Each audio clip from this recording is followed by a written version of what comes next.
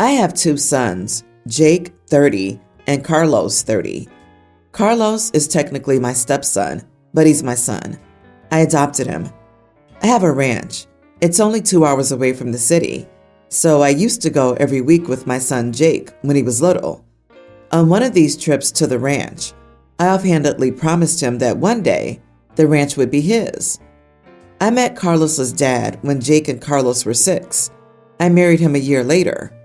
Jake and Carlos used to go with me almost every week to the ranch, depending on their busy schedules. When they were both 16, Jake picked up football pretty seriously, so he couldn't go to the ranch so much anymore.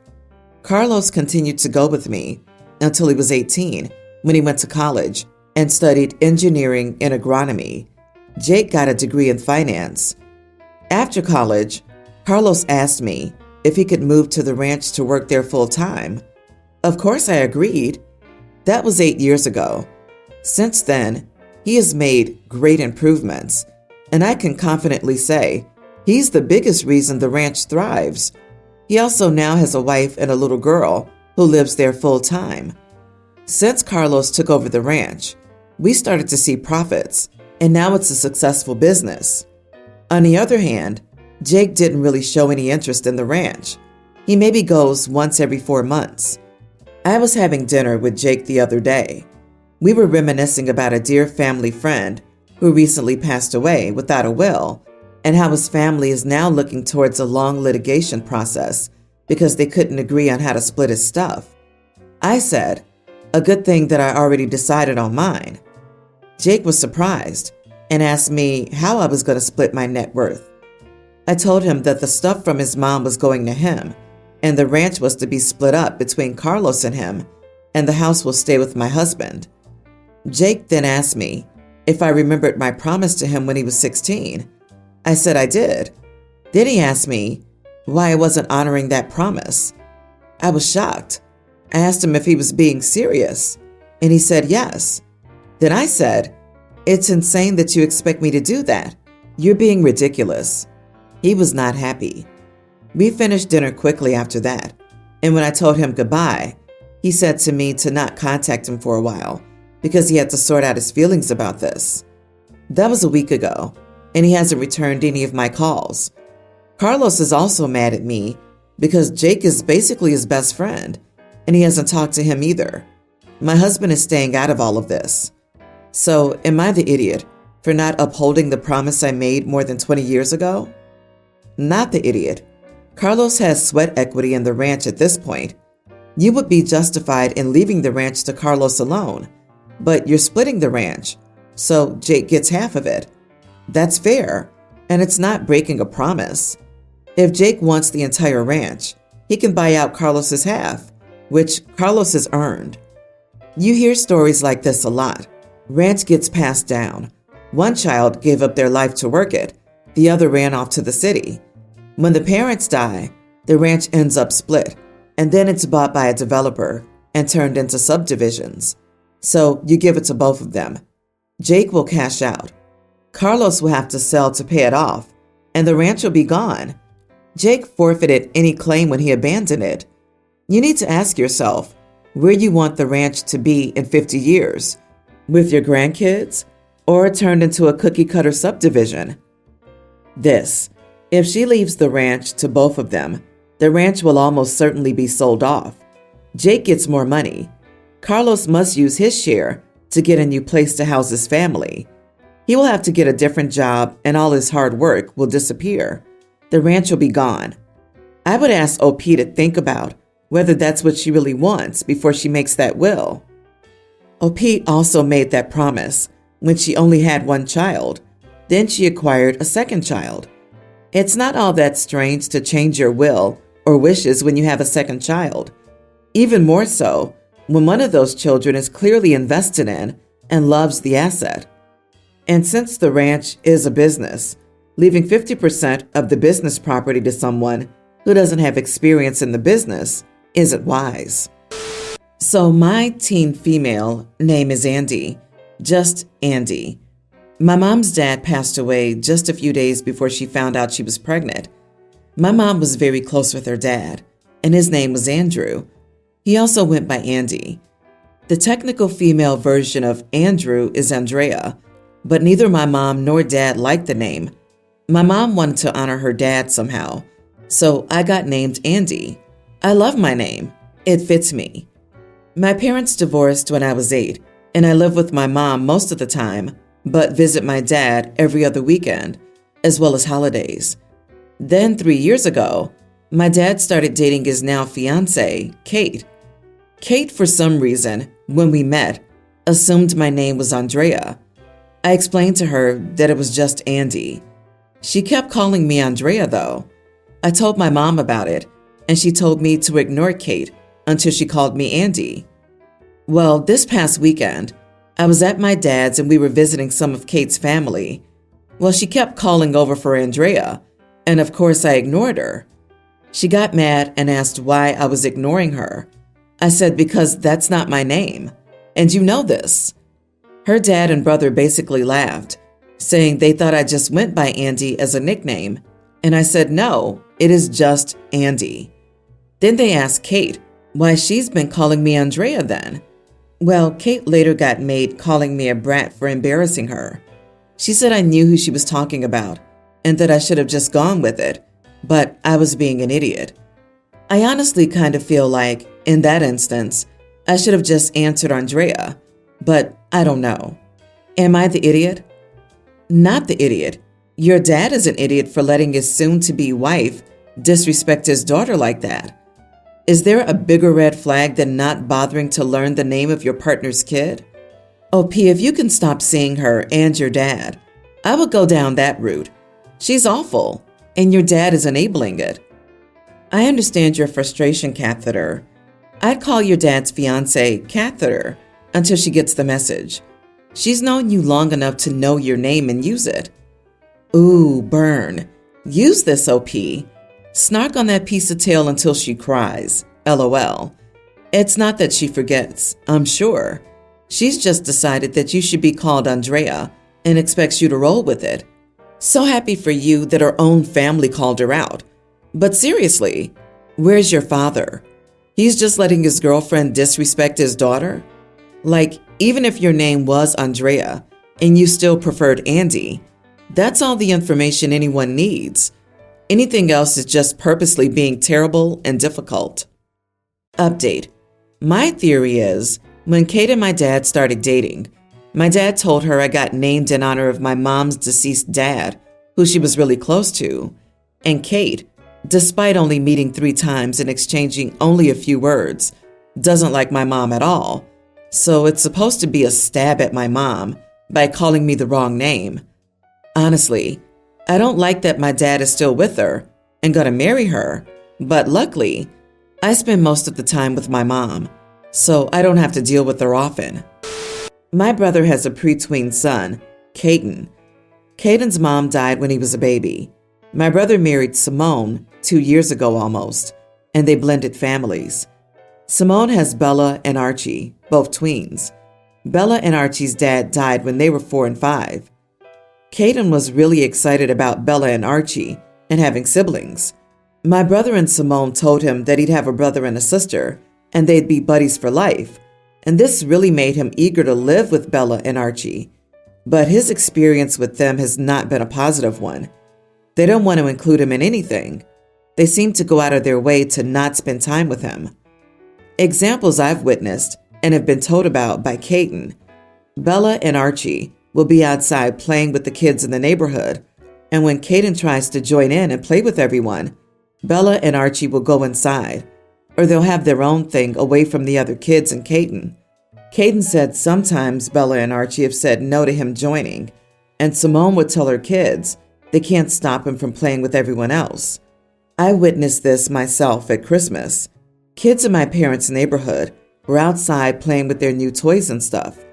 Caden joined a little later, and Bella and Archie left the larger group playing together and went off alone. When their mom noticed, she went outside to say they should join the group again, and they said no because they didn't want to play with Caden. Sometimes my brother or Simone will break up the kids into different groups for some family fun time, and Caden is always told they don't want to do that stuff with him. When my brother takes them, Bella or Archie will try to wander off. When Simone takes them, they always try to put her in the middle of stuff, so it's not like they're playing or having fun with Caden. Several months ago, when I realized how much it bothered Caden and how sad it made him, we started doing a water park or trampoline park near us for the occasional fun day out.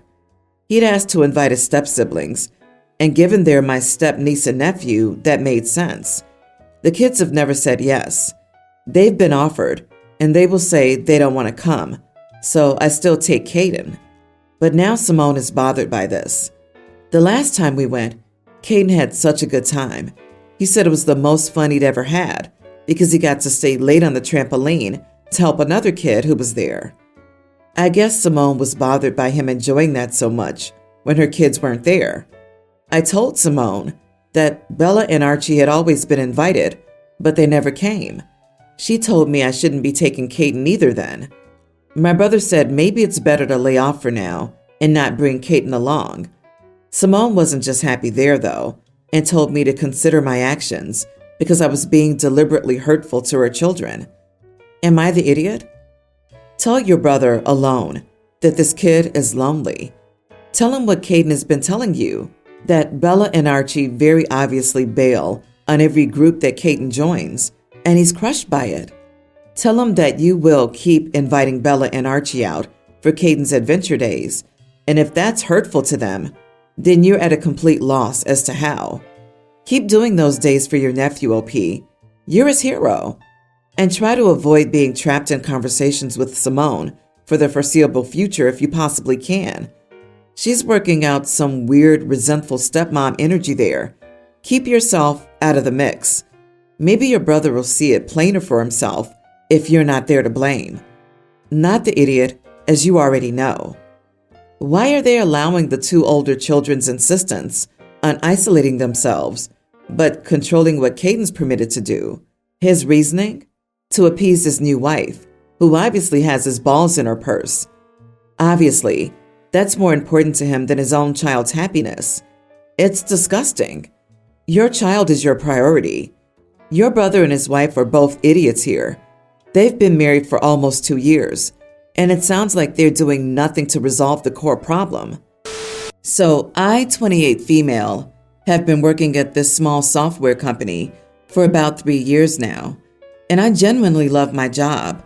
I have great coworkers and the work environment is generally positive.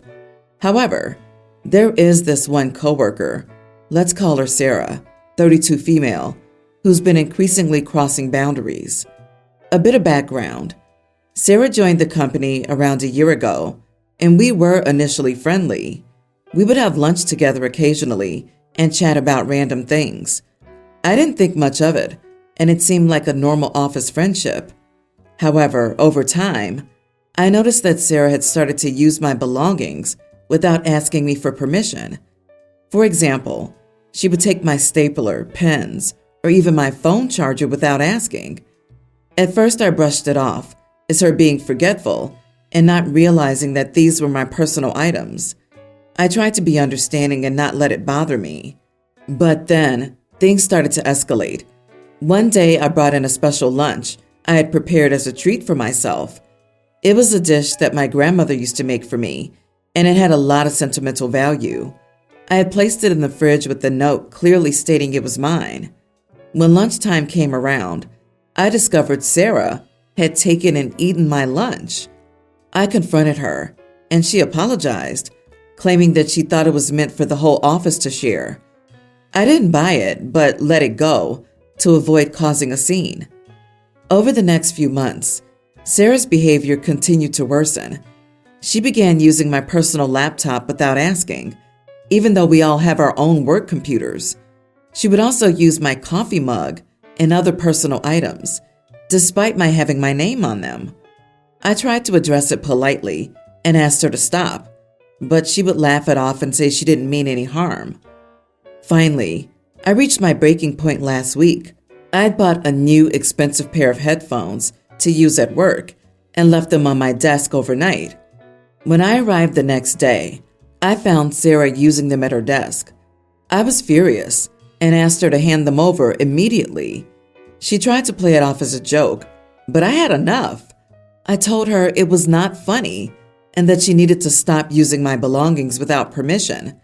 I said it was disrespectful and a violation of my privacy. The rest of the office heard the commotion, and some of my coworkers agreed with me, while others said I was overreacting and should let it go. Sarah hasn't spoken to me since, and the atmosphere has become tense. A few coworkers have even suggested that I owe Sarah an apology for embarrassing her in front of everyone. So, am I the idiot for telling my coworker to stop using my personal belongings? Not the idiot. The headphones and lunch were yours and not hers. While I would argue using a stapler isn't harmful, it just adds to everything else. What is most irritating about her seems to be she just tries to laugh it off and carry on like she hasn't done anything wrong. Don't apologize. Wait for her to do that. I didn't mean harm. She ate OP's lunch. Of course that's harmful in terms of health and money. OP either didn't eat that day or had to buy something else to eat. And you can bet your butt she didn't reimburse OP for that meal. You eat my home-cooked lunch without permission, and we'll see who comes to harm. Yep, the "I didn't mean harm" is a crappy defense, not the apology. It doesn't mean anything anymore if it happens again and again. She doesn't listen to you and will use it repeatedly and hope there won't be any consequences. I'm getting an "if you're a friend, I'm automatically in the clear and I can do whatever I want." After all, we're friends. Sarah knows what she's doing. She's psyching out OP on purpose. This, 1,000 times this, OP. This is not just about the stuff. She's messing with you intentionally. This is workplace bullying. You need to escalate it to HR. When you do, make clear that this is a pattern of intentional theft. She's likely trying to get you fired, and you should be in no contact with this person. Not a word. And inform HR that the next time she takes something, you'll call the police, and do that. My 23 female, girlfriend 19, is a picky eater. She doesn't like fish or pork. So on Saturday, we went out to eat in Chinatown with my friend and his girlfriend. For an appetizer, we ordered spring rolls. My girlfriend asked if they had shrimp in them, and we said no. This was a lie, but she wouldn't know the difference when she ate them. When the spring rolls came out, the three of us smiled at each other and watched my girlfriend happily eat them. I couldn't believe she had no idea there was shrimp in the spring rolls. It was minced, but still. Anyway, it was pretty funny. At the end of the meal, we told her the spring rolls did have shrimp in them. She got upset at me, and now I'm the bad guy, even though my friend was in on it too. She's saying that it's not cool to mislead her like that and trick her into eating something she doesn't want to eat. But she makes no sense. She ate the spring rolls, so obviously she likes shrimp. Am I the idiot? Or is she being too sensitive and needs to grow up? Edit. I will clarify some things. My girlfriend is simply a picky and stubborn eater. It has nothing to do with religion or food allergies. She's not Jewish, Muslim, etc. She's just a pain in the butt. She's just a pain in the butt. Wow. Do you even like your girlfriend? You're the idiot, OP. It's funny that you think your girlfriend is the one who needs to grow up, while you and your friend sit there smirking over lying about what someone is eating, like you're junior high kids in a school cafeteria. That was cruel. And on top of that, you humiliated her. You all laughed at her like it was some really elaborate, hilarious thing you did. Your behavior was gross, and I hope you walk away from this understanding why you're the idiot. You should do her a favor and break up with her. You don't seem mature or respectful enough to be in a relationship. I imagine she already took care of that. OP's already an ex. He just doesn't get it yet. Your friend wasn't in a relationship with her, so it wasn't your friend's obligation to be honest with her. It was yours. Don't get me wrong. Your friends are idiots too, but they didn't have a reason not to be. Hopefully, your ex-girlfriend will find someone more trustworthy next time.